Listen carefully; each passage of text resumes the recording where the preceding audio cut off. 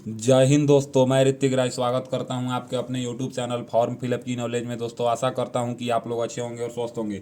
दोस्तों आज की इस वीडियो में मैं आप लोगों को बताऊंगा AI airport services limited.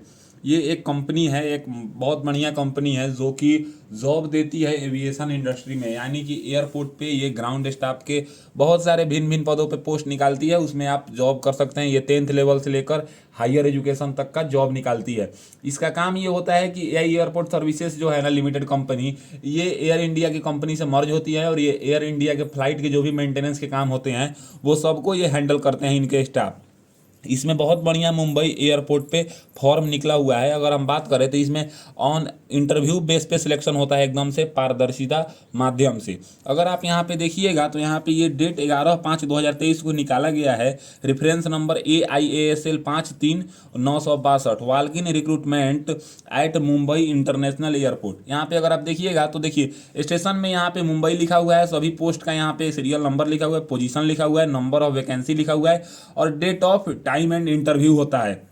Venue कहाँ पे इंटरव्यू होगा उसका भी जगह लिखा हुआ है। अगर हम बात करें तो मैनेजर रैंप मेंटेनेंस की 3 पोस्ट है, डीवाई मैनेजर रैंप मेंटेनेंस की 4 पोस्ट है, सीनियर सुपरवाइजर रैंप मेंटेनेंस की 28 पोस्ट है, जूनियर सुपरवाइजर रैंप मेंटेनेंस की 12 पोस्ट है, सीनियर रैंप सर्विस एग्जीक्यूटिव की 15 पोस्ट है, रैंप सर्विस एग्जीक्यूटिव की यहाँ पे देखिए 30 पोस्ट है, utility agent camp ramp driver 30 post है, टर्मिनल मैनेजर पैसेंजर का 1 पोस्ट है, डीवाई टर्मिनल मैनेजर पैसेंजर का 3 पोस्ट है, ड्यूटी ऑफिसर पैसेंजर का 5 पोस्ट है, टर्मिनल मैनेजर कार्गो का यहाँ पे 1 पोस्ट है, डीवाई टर्मिनल मैनेजर कार्गो का 2 पोस्ट है, ड्यूटी मैनेजर कार्गो का 7 पोस्ट है और यहाँ पे देखिए ड्यूटी मैनेजर कार्गो का 7 पोस्ट है, ड्यूटी ऑफिसर कार्गो का 10 पोस्ट है और यहाँ पे जूनियर ऑफिसर कार्गो का 9 पोस्ट है, सीनियर कस्टमर सर्विस एग्जीक्यूटिव की 50 पोस्ट है और कस्टमर सर्विस एग्जीक्यूटिव में 165 पोस्ट है, जूनियर कस्टमर सर्विस एग्जीक्यूटिव में 100 पोस्ट हैं, पैरामेडिकल कम कस्टमर सर्विस एग्जीक्यूटिव में 5 पोस्ट हैं। यहाँ पे अगर आप देखिएगा तो सीनियर कस्टमर सर्विस एग्जीक्यूटिव और कस्टमर सर्विस एग्जीक्यूटिव और जूनियर कस्टमर सर्विस एग्जीक्यूटिव और पैरामेडिकल कम कस्टमर सर्विस एग्जीक्यूटिव का जो पोस्ट है ना, ये सब का इंटरव्यू होगा 28 तारीख को, 29 तारीख को और 30 तारीख को 9:30 बजे से 12:30 बजे के बीच में इंटरव्यू होगा। GSD complex near Sahar police station CSMI airport terminal 2 gate number 5 Sahar Andheri east Mumbai. Pin code लिखा हुआ है 400099। यहीं पे इंटरव्यू होगा और बाकी सब जो ऊपर के पोस्ट है ना, यहाँ तक के 1 से लेकर जो यहाँ पे 1 से लेकर कितने पोस्ट की बात करें तो 1 से लेकर 15 नंबर का पोस्ट है, उनका इंटरव्यू होगा 25, 26, 27 मई को 9:30 बजे से 12 बजे तक इसी में। अब बात करते हैं कि इनकी जो एलिजिबिलिटी क्राइटेरिया है कि कौन कौन से लोग फॉर्म भर सकते हैं, कितने एज होना चाहिए, क्या क्वालिफिकेशन होना चाहिए। तो यहाँ पे अगर हम बात करें तो उससे पहले अगर आप देखिएगा तो एआई एयरपोर्ट सर्विसेज लिमिटेड में मेल एंड फीमेल दोनों लोग आवेदन दे सकते हैं। Chhatrapati Shivaji Maharaj international airport Mumbai. देखिए यहाँ पे टर्म कॉन्ट्रैक्ट बेसिस 3 साल, यानी कि 3 साल का ये कॉन्ट्रैक्ट बेसिस का जॉब है। 3 साल के बाद भी निकाला नहीं जाता है। इंटरनेशनल देखिए यहाँ पे internal candidates also may be apply, मतलब जो अंदर के कैंडिडेट्स हैं वो भी अप्लाई कर सकते हैं। यहाँ पे अगर आप देखिएगा तो ये पूरा A to Z इसका इन्फॉर्मेशन लिखा हुआ है। मैं आपको क्वालिफिकेशन वो सब समझा देता हूँ। तो देखिए अगर हम बात करें तो मैनेजर रैंप मेंटेनेंस की जो है ना, यहाँ पे लिखा हुआ है ग्रेजुएशन पास चाहिए प्लस 20 साल का वर्क एक्सपीरियंस चाहिए, या और में यहाँ पे बैचलर ऑफ इंजीनियरिंग है तो 15 साल का एक्सपीरियंस चाहिए, 3 इयर्स का डिप्लोमा है तो 20 साल का वर्क एक्सपीरियंस चाहिए, MBA किए हैं तो 17 साल का एक्सपीरियंस चाहिए। सब बताया है। 75,000 की सैलरी है। आप 55 साल तक आवेदन दे सकते हैं। यहाँ पे इसका लिखा हुआ है नेचर ऑफ जॉब, आप इसको ध्यान से पढ़ लीजिएगा। नोटिफिकेशन इसका मेरे टेलीग्राम ग्रुप और जो है ना व्हाट्सएप के ग्रुप में, डाउट ग्रुप में मिल जाएगा। यहाँ पे है डीवाई मैनेजर रैंप मेंटेनेंस में जो है ना ग्रेजुएशन पास चाहिए प्लस में 16 साल का एक्सपीरियंस मांगा गया है, या अगर आप बैचलर ऑफ इंजीनियरिंग किए हैं तो यहाँ पे 11 साल का एक्सपीरियंस है। ये अलग अलग तरह के लिखा हुआ है। अगर अलग कोर्स किए हैं तो उतने साल का आपको एक्सपीरियंस देना है। 60,000 की सैलरी है। 55 साल तक आप आवेदन दे सकते हैं अगर आपकी एज 55 साल के भीतर में है तो। यहाँ पे अगर आप देखिएगा तो नेचर ऑफ जॉब भी इसका लिखा हुआ है। यहाँ पे सीनियर सुपरवाइजर रैंप मेंटेनेंस में जो है ना ग्रेजुएशन पास चाहिए प्लस में 13 साल का एक्सपीरियंस चाहिए। यहाँ पे देखिए 13 साल का एक्सपीरियंस चाहिए, या अगर आप इंजीनियरिंग किए हैं तो 8 साल का एक्सपीरियंस चाहिए, डिप्लोमा किए हैं तो 13 साल का एक्सपीरियंस चाहिए और डिप्लोमा वाले कैंडिडेट्स को LMB का लाइसेंस भी चाहिए। 45,000 की सैलरी है 55 साल तक आप इसमें भी आवेदन दे सकते हैं। यहाँ पे अगर आप बात करें जूनियर सुपरवाइजर रैंप मेंटेनेंस में जो है ना, ग्रेजुएशन के साथ साथ 7 साल का एक्सपीरियंस चाहिए और 3 साल का अगर आप डिप्लोमा किए हैं mechanical, electrical, production, electronics, automobile engineering में तो 7 साल का एक्सपीरियंस चाहिए, प्लस में LMB लाइसेंस चाहिए। 28,200 की सैलरी है। जनरल 28 साल तक आवेदन दे सकते हैं, OBC 31 साल तक, SC ST 33 साल तक। यहाँ पे नेचर ऑफ जॉब के बारे में बताया गया है कि आपको काम क्या करना पड़ेगा। यहाँ पे सीनियर रैंप सर्विस एग्जीक्यूटिव का जो है ना, यहाँ पे अगर आप देखिएगा तो 3 साल का डिप्लोमा मांगा गया है mechanical, electrical, production, electronics, automobile engineering में 4 साल का प्लस में वर्क एक्सपीरियंस चाहिए। या अगर आप ITI किए हैं तो 4 साल का मोटर व्हीकल, ऑटो, इलेक्ट्रिकल, ये एयर कंडीशन, ये सब आपको चाहिए। प्लस में यहाँ पे बोला गया है, ये सब आप देख लीजिएगा क्वालिफिकेशन नोटिफिकेशन के अकॉर्डिंग। और यहाँ पे 26,900 रुपये की सैलरी है। जनरल 35 साल तक, OBC 28 साल तक, SC ST 40 साल तक आवेदन दे सकते हैं। रैंप सर्विस एग्जीक्यूटिव में है ना, जो लोग 3 साल का डिप्लोमा किए हैं mechanical, electrical, production, electronics, automobile से, और प्लस में आपके पास HMB यानी कि हेवी व्हीकल का लाइसेंस है, तो आप आवेदन दे सकते हैं। 25,980 रुपये की सैलरी है। जनरल 28 साल तक, OBC 31 साल तक और SC ST 33 साल तक आवेदन दे सकते हैं। नेचर ऑफ जॉब के बारे में भी नीचे बताया गया है कि आपको क्या काम करना पड़ेगा एयरपोर्ट पे। यहाँ पे देखिए, यूटिलिटी एजेंट कम रैंप ड्राइवर, इसमें सबसे कम क्वालिफिकेशन मांगा जाता है। अगर आप 10th क्लास पास हैं तो आपके पास HMB लाइसेंस होना चाहिए और आपका ट्रेड टेस्ट यानी कि आपसे गाड़ी चलवा के भी देखा जाएगा। 23,640 रुपये का यहाँ पे सैलरी है। जनरल 30 साल तक, OBC 33 साल तक, SC ST 35 साल तक आवेदन दे सकते हैं। यहाँ पे इसका भी नेचर ऑफ जॉब बताया गया है। यहाँ पे अगर आप देखिएगा तो 8 नंबर टर्मिनल मैनेजर पैसेंजर में बोला गया है कि अगर आपने ग्रेजुएशन किया है प्लस में 20 साल का एक्सपीरियंस है तो आप आवेदन दे सकते हैं। या अगर आप MBA किए हैं, 17 साल का वर्क एक्सपीरियंस है तो आप आवेदन दे सकते हैं। 75,000 की सैलरी है और 55 ईयर्स तक आप आवेदन दे सकते हैं। यहाँ पे इसका भी नेचर ऑफ जॉब बताया गया है। यहाँ पे DY टर्मिनल मैनेजर पैसेंजर में बताया गया है कि अगर आप ग्रेजुएशन पास हैं प्लस में 18 साल का वर्क एक्सपीरियंस है तो आप आवेदन दे सकते हैं। 60 साल की सैलरी, 60,000 की सैलरी है, 55 साल तक आवेदन दे सकते हैं। नेचर ऑफ जॉब यहाँ पे बताया गया है। यहाँ पे अगर आप देखिएगा तो ड्यूटी ऑफिसर पैसेंजर में बोला गया है कि अगर आपने ग्रेजुएशन किया है किसी भी यूनिवर्सिटी से प्लस में 12 साल का एक्सपीरियंस है तो आप आवेदन दे सकते हैं। 32,200 की सैलरी है और 50 साल तक आवेदन दे सकते हैं। यहाँ पे बोला गया है कि अगर आपने टर्मिनल मैनेजर कार्गो में आवेदन देना है आपको, तो आपको ग्रेजुएशन पास चाहिए प्लस में 20 साल का वर्क एक्सपीरियंस चाहिए, या MBA किए हैं और 17 साल का एक्सपीरियंस है तो भी आवेदन दे सकते हैं। 75,000 की सैलरी है और यहाँ पे 55 साल तक आवेदन दे सकते हैं। नेचर ऑफ जॉब भी इसका बताया गया है। अगर ये सब मैं पढ़ के बताऊँ तो वीडियो काफ़ी लंबा हो जाएगा। और यहाँ पे अगर हम बात करें तो DY टर्मिनल मैनेजर कार्गो में बोला गया है कि इसमें जो है ना, ग्रेजुएशन पास चाहिए प्लस में 18 साल का एक्सपीरियंस चाहिए, या अगर आपने MBA किया है तो और यहाँ पे 15 साल का एक्सपीरियंस है तो भी आवेदन दे सकते हैं। 60,000 की सैलरी है, 55 साल तक आवेदन दे सकते हैं। इसका भी नेचर ऑफ जॉब बताया गया। आपको जिस पोस्ट में आवेदन देना है ना, उस पोस्ट का आप नेचर ऑफ जॉब आप ध्यान से एक बार पढ़ लीजिएगा। यहाँ पे देखिए, ड्यूटी मैनेजर कार्गो में बोला गया है कि आपको ग्रेजुएशन के साथ साथ 16 साल का एक्सपीरियंस है तो आप इसमें आवेदन दे सकते हैं। 45,000 की सैलरी है और 55 साल तक आवेदन दे सकते हैं। उसके बाद अगर हम बात करें तो यहाँ पे ड्यूटी ऑफिसर कार्गो में बोला गया है कि अगर आप ग्रेजुएशन पास हैं प्लस में 12 साल का एक्सपीरियंस है तो आप आवेदन दे सकते हैं। 32,200 रुपये की सैलरी है, 50 साल तक आवेदन दे सकते हैं। नेचर ऑफ जॉब इसका भी समझाया गया है। ये इसलिए लिख दिया जाता है ना कि ऐसा ना हो कि आपको मतलब आप किसी और ड्यूटी के लिए बहाल हो जाए और वहाँ पर जाने के बाद आपको कोई दूसरा काम बोला जाए तो आप बोलिए कि नहीं, ये काम मैं नहीं करूँगा। इसलिए बता दिया जाता है कि आपको ये सब काम करने पड़ेंगे। यहाँ पे देखिए, जूनियर ऑफिसर कार्गो में बोला गया है कि अगर आपने ग्रेजुएशन किया है 10th + 2 + 3 के पैटर्न से, यानी कि 10th किया है, फिर 12th किया है, फिर मतलब 12th के इंटरमीडिएट किया है, फिर ग्रेजुएशन किया है और 9 साल का एक्सपीरियंस है तो आप आवेदन दे सकते हैं। और 28,200 की सैलरी है। आपको कार्गो हैंडलिंग की काम आना चाहिए। जनरल 35 साल तक, OBC 28 साल तक, SC ST 40 साल तक आवेदन दे सकते हैं। यहाँ पे नेचर ऑफ जॉब भी इसका बताया गया है। अगर हम बात करें तो यहाँ पे देखिए, सीनियर कस्टमर सर्विस एग्जीक्यूटिव में जो है ना, ग्रेजुएशन पास मांगा गया है 10th + 2 + 3 के पैटर्न से, यानी कि इंटरमीडिएट के बाद ग्रेजुएशन और 5 साल का एक्सपीरियंस भी आपको चाहिए। और प्लस में यानी कि यहाँ पे देखिए, PC पे आपको काम करने आना चाहिए और कम्युनिकेशन स्किल आपका अच्छा हो, यानी कि इंग्लिश, हिंदी ये सब बोलने अच्छे से आना चाहिए, समझाना। 26,980 रुपये की सैलरी है। जनरल 35 साल तक, OBC 38 साल तक, SC ST 40 साल तक।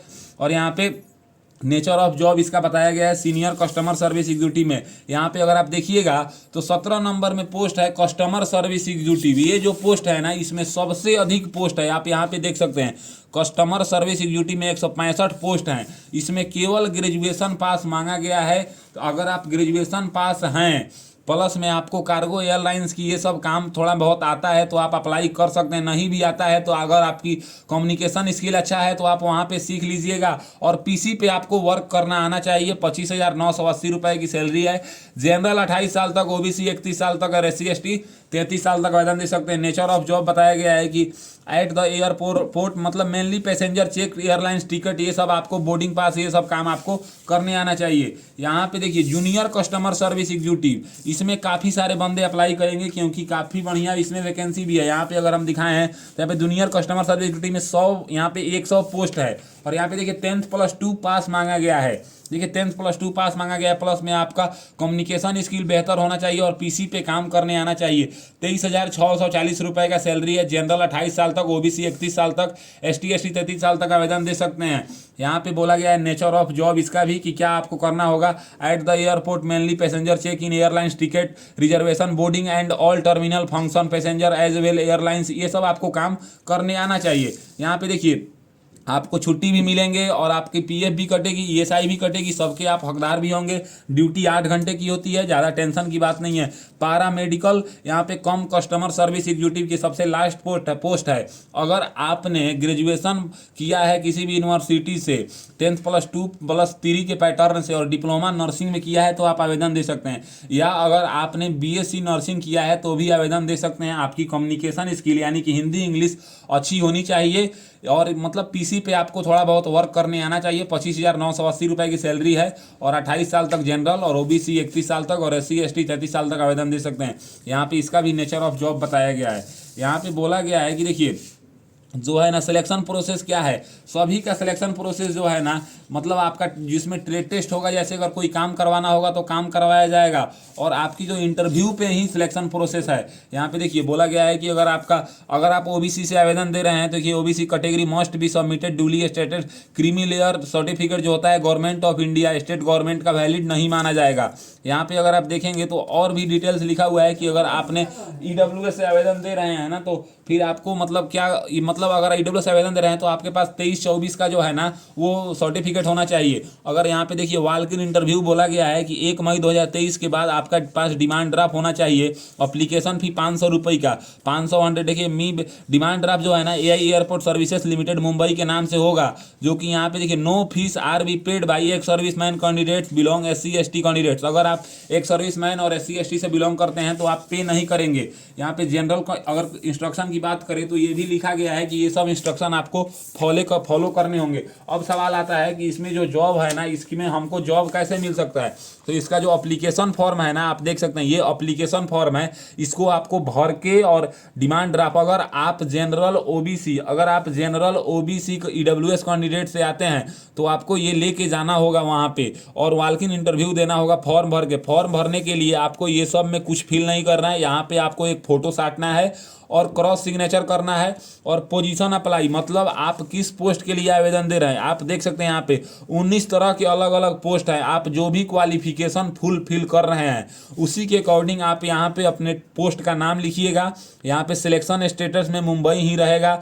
और यहाँ पे देखिए अगर आपका जो है ना मतलब एम्प्लॉयमेंट एक्सचेंज रजिस्ट्रेशन है तो यहाँ पे यस कीजिएगा, जानकारी दीजिए, रजिस्ट्रेशन नंबर बताइए, नहीं तो आप इसको नो कर दीजिएगा।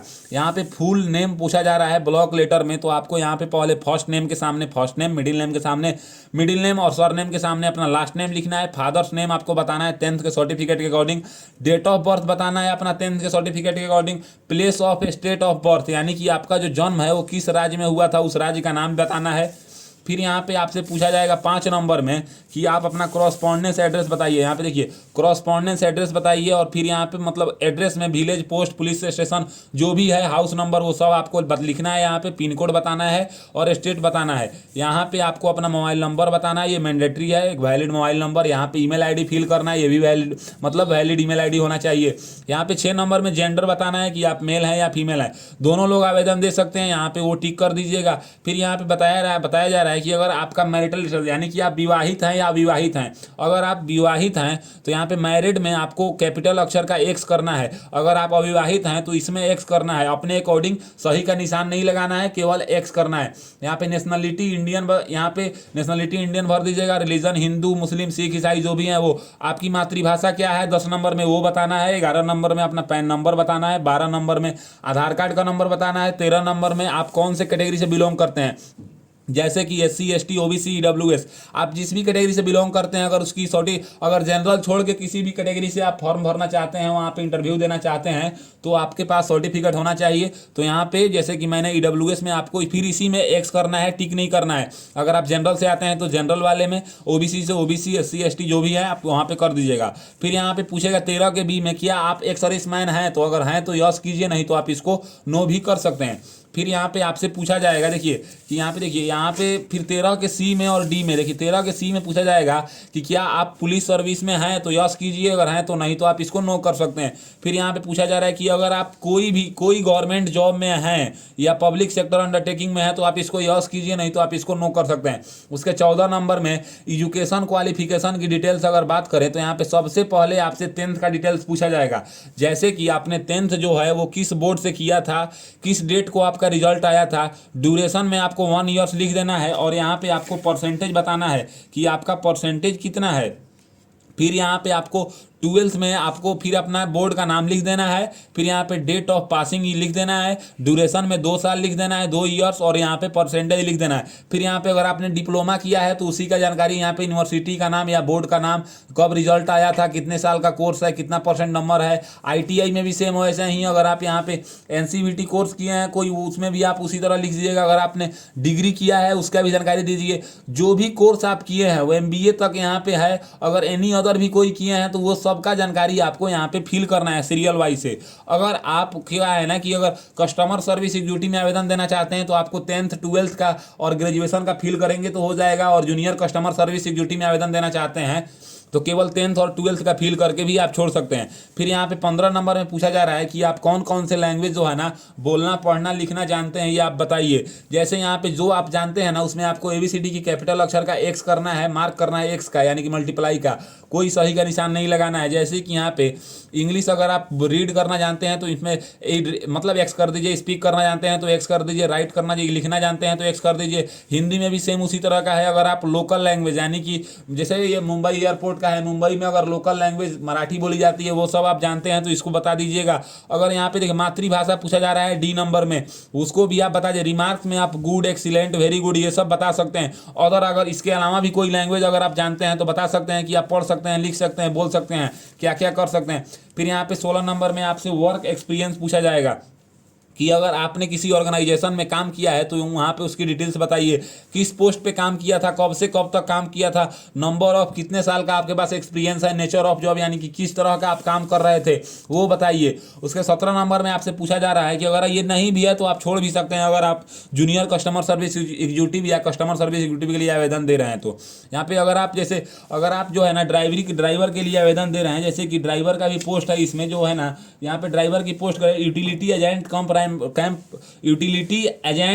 रैंप ड्राइवर में 30 पोस्ट हैं। इसके लिए अगर आप आवेदन दे रहे हैं तो आपको LMB HMB का लाइसेंस भी बताना है। यहाँ पे आपका लाइसेंस किस प्रकार का है, LMB है या HMB है, लाइसेंस नंबर बताना है, डेट ऑफ इशू बताना है, वैलिड अप टू कब तक वैलिड है ये बताना है। अगर आप जनरल OBC EWS कैंडिडेट्स हैं तो आपको AI एयरपोर्ट सर्विसेज लिमिटेड के नाम से 500 रुपये का डिमांड ड्राफ्ट बनवाना है, जो कि बैंक से बनता है।